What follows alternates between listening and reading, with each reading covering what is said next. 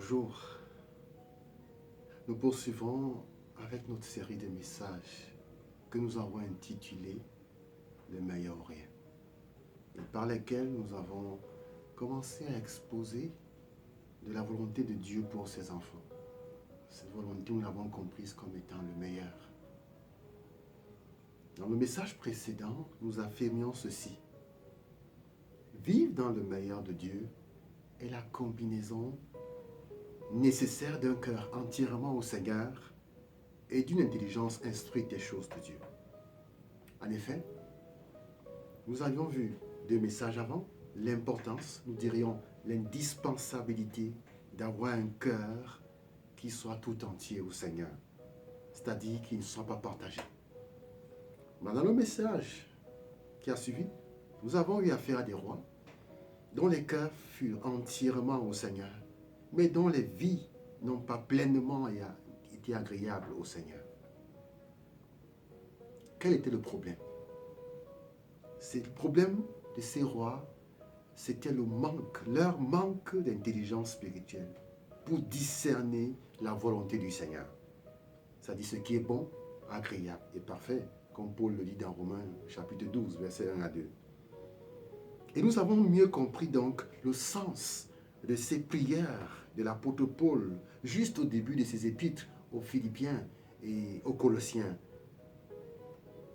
Il disait, ce que je demande dans mes prières, c'est que votre amour, le cœur, augmente de plus en plus en connaissance et en pleine intelligence pour le discernement des choses les meilleures, afin que vous soyez purs et irréprochables pour le jour de Christ. Son encouragement à l'endroit des Éphésiens et sa recommandation à son fils spirituel Timothée, je les élève comme prière pour toi et moi, afin que le Seigneur nous accorde cette intelligence spirituelle si cruciale pour comprendre les choses de Dieu et ne pas passer à côté des choses qui concernent notre paix, notre temps de visitation. L'apôtre écrit ainsi, c'est pourquoi ne soyez pas sans intelligence, mais comprenez quelle est la volonté du Seigneur. C'est dans Éphésiens 5, le verset 17. Et à Timothée, il va dire, comprends ce que je dis, car le Seigneur te donnera de l'intelligence en toutes choses. C'est dans 2 Timothée 1, le verset 7. Non, 2 Timothée 2, le verset 7. Aujourd'hui, nous parlerons de l'environnement propice, favorable, qui prédispose à choisir et à vivre le meilleur de Dieu dans sa vie. Que le Seigneur te bénisse. Une fois de plus, bonjour. L'on dit communément, dis-moi qui tu fréquentes, je te dirai qui tu es. On peut souvent entendre qui s'assemblent se ressemblent. L'apôtre Paul a pu écrire, les mauvaises compagnies corrompent les bonnes mœurs.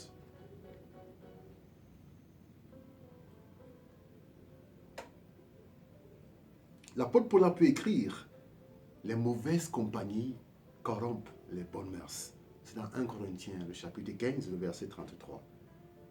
Notre entourage, notre environnement nous influence forcément, sinon même nous détermine.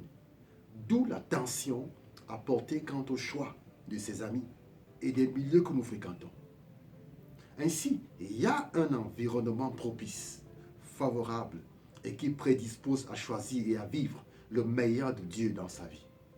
Nous parlerons à l'espèce particulièrement de la famille, dans la chair et en Christ, et du choix de son partenaire de vie, son conjoint. Nous nous pencherons sur tout cela à la lumière de l'histoire des rois. Nous avons commencé à en parler de ces rois, de l'histoire des rois dans la parole.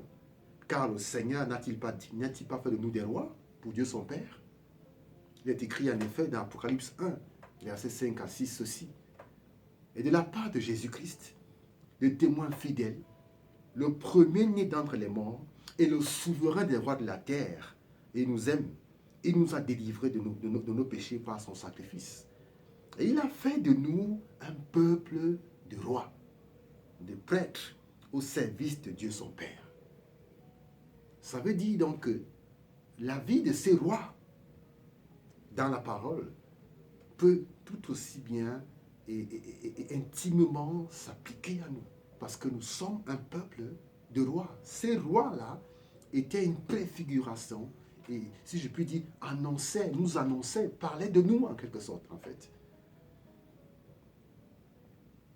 Donc à la lumière de la vie de ces rois, nous allons nous pencher et voir l'influence de l'environnement pour choisir le meilleur de Dieu dans sa vie. L'homme mentionnera toujours dans l'Écriture, dans la Bible, concernant chaque roi, de qui était le fils et qui était sa mère.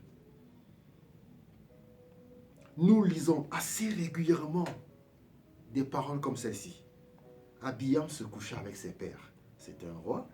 Et on l'ensevelit dans la cité de David. Son fils Asa régna à sa place. Il régna 41 ans à Jérusalem. Le nom de sa mère était Maaka, fille d'Absalom. Et ces indications n'étaient pas fortuites. En fait, les parents auront toujours une grande part, une grande responsabilité dans la destinée de leur fils. Ce roi que tu es, que je suis. Par exemple, on notera que le fils de Salomon, qui le remplacera, Roboam il s'appelait, et le fils de ce dernier, Abia, ne seront pas de bons rois. Mais tout est parti de qui? De Salomon lui-même. Une chose peut ainsi être relevée en ce qui concerne les rois que nous venons de citer, c'est-à-dire Salomon, Abiam et puis Roboam, n'est-ce pas? C'est le grand nombre de femmes qu'ils ont eues. Évidemment, Salomon détient le record, n'est-ce pas? On parle de 700 femmes et 300 concubines en ce qui concerne Salomon, dans 1 Roi 11, le verset 3. C'est vrai qu'à sa décharge, mais en partie seulement, car nous avons toujours notre responsabilité dans ce qui nous arrive. David avait ouvert la voie à son père à lui. David a eu plusieurs femmes aussi et plusieurs concubines en plus. Pourtant, cette recommandation claire avait été donnée à propos des rois. Dans Deutéronome 17, le verset 17, il est écrit qu'il n'ait pas un grand nombre de femmes, afin que son cœur ne s'écarte pas du Seigneur. Dieu, le créateur de toutes choses, le créateur du mariage, l'a toujours su. La polygamie, c'est la sorcellerie dans sa maison. Comme on dit, ce que les parents s'autorisent un tout petit peu, les enfants se le permettent amplement. David a juste eu une vingtaine de femmes. Mais Salomon, son fils, en aura 1000. Nous avons dit 700 femmes, 300 concubines. Tu peux par exemple boire juste un peu, mais ton fils, lui, sera un ivrogne, invétéré en passant.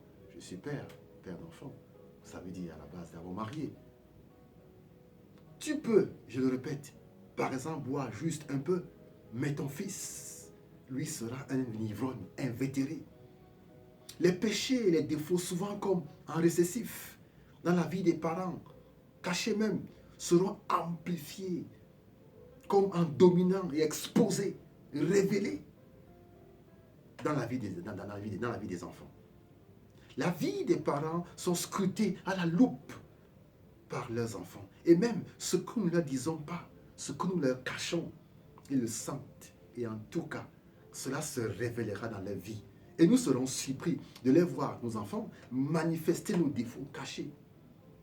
Notre vie secrète. Faisons donc attention. Nos vies, nos choix en tant que parents, selon qu'elles sont exemplaires ou pas, prédisposeront nos enfants à prendre des voies droites ou pas. On peut par exemple prendre pour illustration Roboam, nous l'avons mentionné plus haut, dont le père était Salomon, et Yoram, dont le père était Josaphat. Nous disons ceci à propos de Josaphat par exemple. Il marcha dans toute la voie de son père Asa. C'est dans 1 Roi 22, verset 43. Et la même chose est dite sur Amasia, Osias et Yotam. Lisons. Dans 2 Rois 14, 3, on lit ceci. De Amasia, il fit ce qui est droit aux yeux de l'Éternel, non pas toutefois comme David son père. Il agit entièrement comme avait agi son père Joas.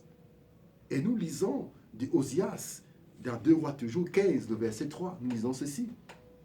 Et il fit ce qui est droit aux yeux de l'Éternel, en tout point, comme l'avait fait son père Amazia. De Yotam, quelques versets plus loin, au verset 34, nous lisons ceci. Il fit ce qui est droit aux yeux de l'Éternel. Il agit en tout point comme avait agi Osias, son père. Que celui qui a les oreilles pour entendre, entende et comprenne. J'espère que je m'adresse là à un père sérieux ou qui veut l'être, ou à un futur père. Si nous faisons une application de tout cela sur le plan spirituel, nous dirons ceci. C'est plus seulement dans la chair, mais sur le plan spirituel.